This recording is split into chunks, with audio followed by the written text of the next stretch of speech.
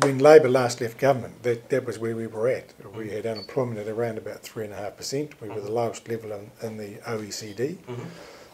Now we rank about 9th. There are other countries who, and they've gone through the global financial crisis too, and yet they have done better in terms of job generation and job growth than we have. We hear a lot of news about how good our economy is doing, but it's not doing enough to generate employment for more people. And in fact, we had the very unusual situation of just last week of the job figures coming through for the period from September last year to December this year, the summer period, and that's a time when a lot of employers take on extra labour. Actually, our jobless numbers went up, and 3,000 fewer jobs in the economy. So there's something happening here.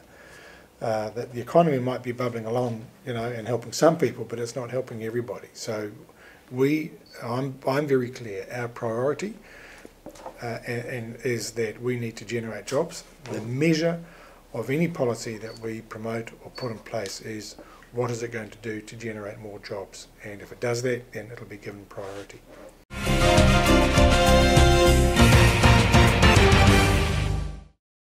I think it's becoming increasingly evident that what is happening in the small business sector is having a greater impact than what is happening perhaps in the larger corporate sector.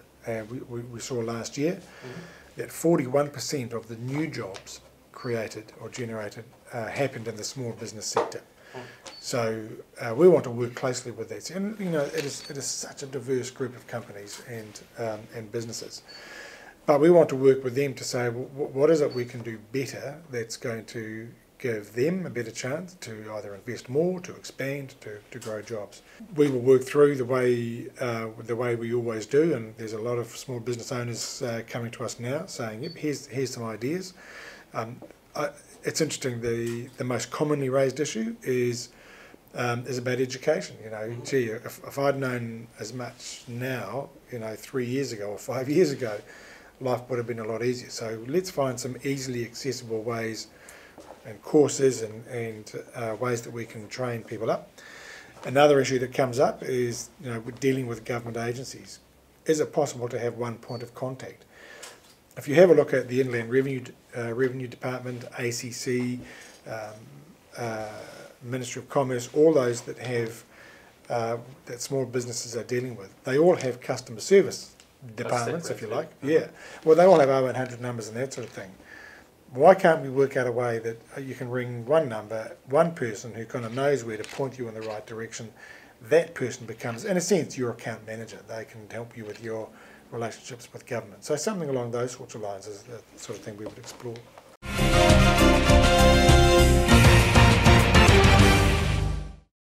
Well, if we do it right, then it should make it easier for Chinese business people when they are either setting up their companies or want to expand or go out into different fields.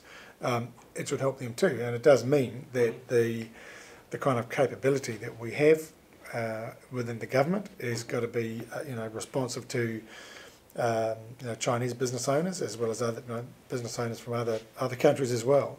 We want to get to a point where people understand that New Zealand is a country where it's easy to set up a business and they get good support. Not throwing money around obviously, but it's easy to deal with government. It's easy to negotiate your way through whatever regulations are there, and we are an easier place to do business. That's the vision.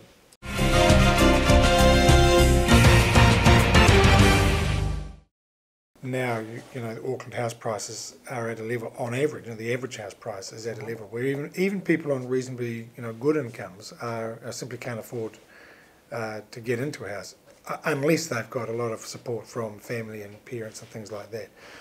So this is a big issue. The big issue is housing supply, and I think we do have to look much more carefully at that. Labor still has a policy, our Kiwi Build policy, which was about building 10,000 extra affordable houses a year for the next 10 years, so 100,000 houses. Do you still believe the Kiwi Build project working will solve this problem? Oh yes, yeah, it'll make a big difference. I mean, the bulk of those houses would wind up in Auckland because that's where a lot of the demand is. They'll need to be in other places as well. But that's about adding the net number of houses as opposed to what's happening at the moment, which is, we're building some new houses, but not nearly enough to keep up with demand. And so what's happening is that existing housing stock just gets traded ever more kind of aggressively, and the prices are going up.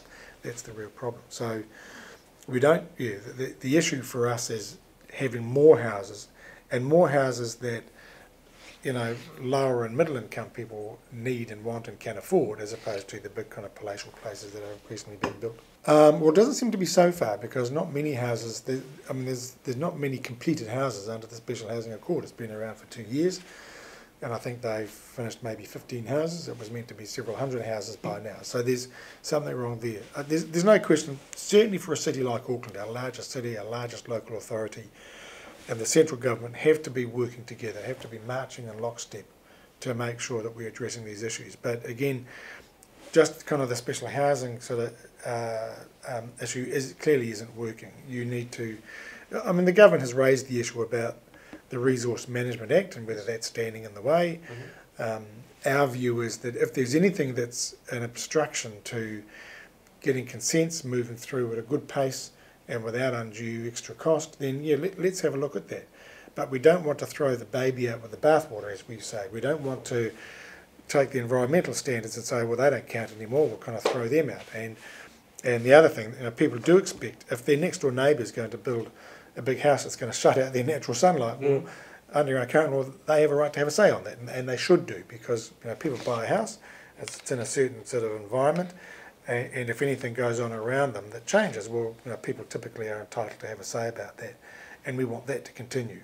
What we don't want is if there's unnecessary barriers being put in place by the city council or by local authority, local government officials, well then let's have a look at that and see if we can minimise the impact of that.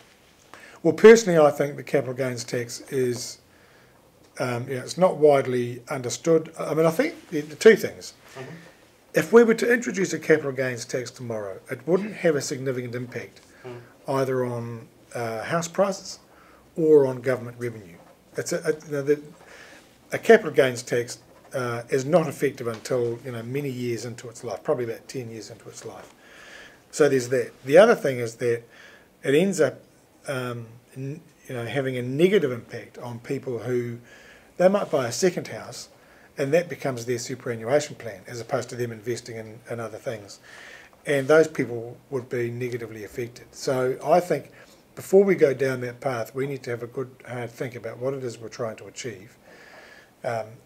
Who is it we don't want to affect, and who it is we do want to affect. And then we might actually, if we do that thinking, work out there are alternative ways of achieving what we want to achieve, in terms of keeping a lid on house prices, in terms of you know, getting people to direct their investments to other places. So I'm lukewarm about the capital gains tax. I'm not saying an absolute no, but I think, you know, when we spell out what the objectives are we have for it, we might find there are other ways of achieving the same objectives, and we need to have a talk about that. We are going to take the time available to us to have a good hard look and a good hard think about what we put up next time in 2017, and you know, by the time we get to the next election, people will see that we have thought about it, that we've got a different set of approaches to the same problems, but we will have thought differently about them.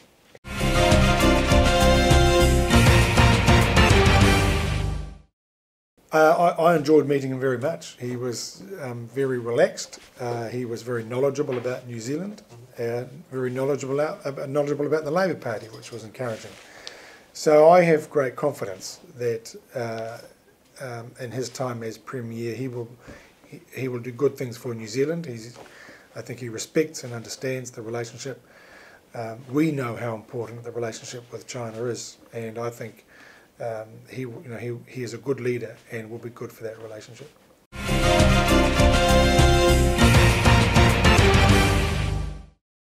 Yeah, I think that's the problem with putting too many eggs in one basket, is that if, you know, as the Chinese economy slows down a wee bit, as it has, we haven't suffered as much as, for example, Australia has in that regard, but we need to be careful that we don't focus too much on just one or two markets, that we have to diversify.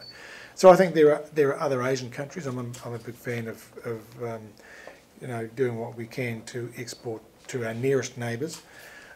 I'm very keen to see what we can do to build our relationship with Indonesia, for example, and other Asian countries. And I think still there's a lot more we can do in terms of our relationship with our export relationship with the United States. It's it's pretty solid, but they are quite a protectionist country, quite a protectionist economy, and we need to see what we can do to make sure our exporters get better access to that sort of market.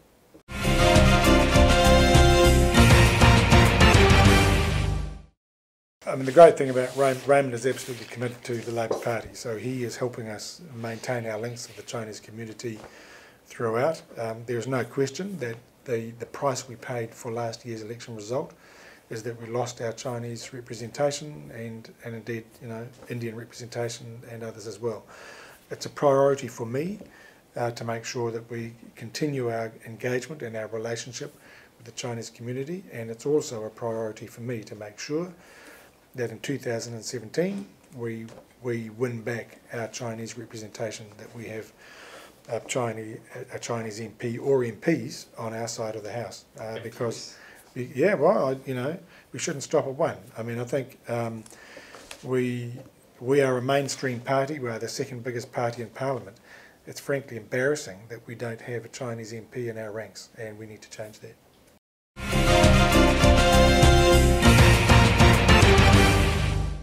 What I did was I made a bunch of selections just for the first year. It was, I'm a new leader, I'm getting into it. I think I have a reasonably good idea of the talent we've got there. Some people have to be tried out and tested a wee bit. And I wanted in a deputy somebody who had a level of seniority and experience and a depth that I don't have, because I've only had one term in Parliament. So I chose Annette. Annette only wanted to do the job for 1 year.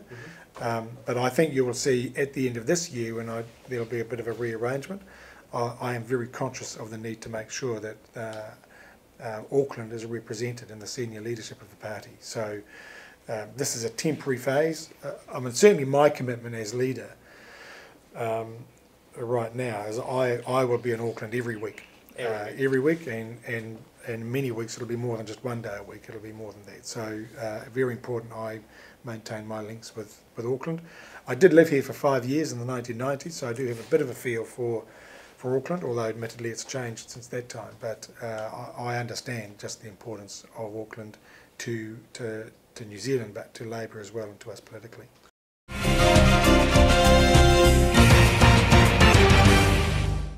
The Green Party is, there's a lot of things that we agree on, and I think Russell Norman going is going to be a big loss to the Greens, but Russell is somebody who was commanded a lot of respect in Labour, so I think that has the potential to make a difference.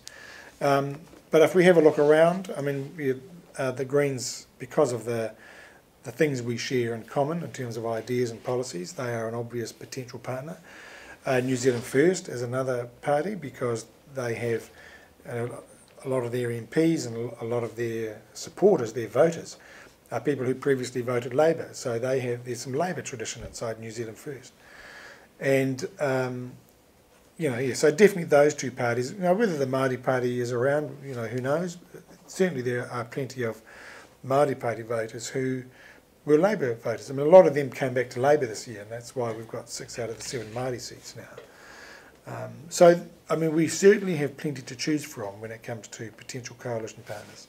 I mean, I think one of the things we didn't do well in the last election was to be very clear, far enough out from the election, who our likely coalition partners would be. That will change in 2017. I'm determined that, at a suitable time out from the election, possibly around 6 months, I will indicate who our preferred coalition partners would be. And when it comes to it, to say the things that we agree with them and the things that we disagree and that we will oppose when it comes to them. But I think voters in New Zealand now expect the main parties to be indicating who would be part of their government if they are successful in the election.